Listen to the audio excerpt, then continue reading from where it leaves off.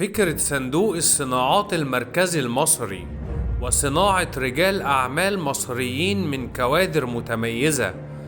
دعم رجال الأعمال الجدد من الصندوق المركزي، تخصيص أراضي صناعية ومنشآت، بروتوكولات تعاون إنشائية مع شركات، توريدات ماكينات وآلات ومعدات، تشغيل أيدي عاملة من كوادر فنية صناعية، بيع المنتجات محلياً من كوادر تجارية مصرية، إنشاء جسور تسويقية في بلاد دولية للتصدير، سيستم متكامل، بنوك وأراضي وعقارات وتوريدات، وأيدي عاملة مصرية وكوادر متميزة في كل القطاعات.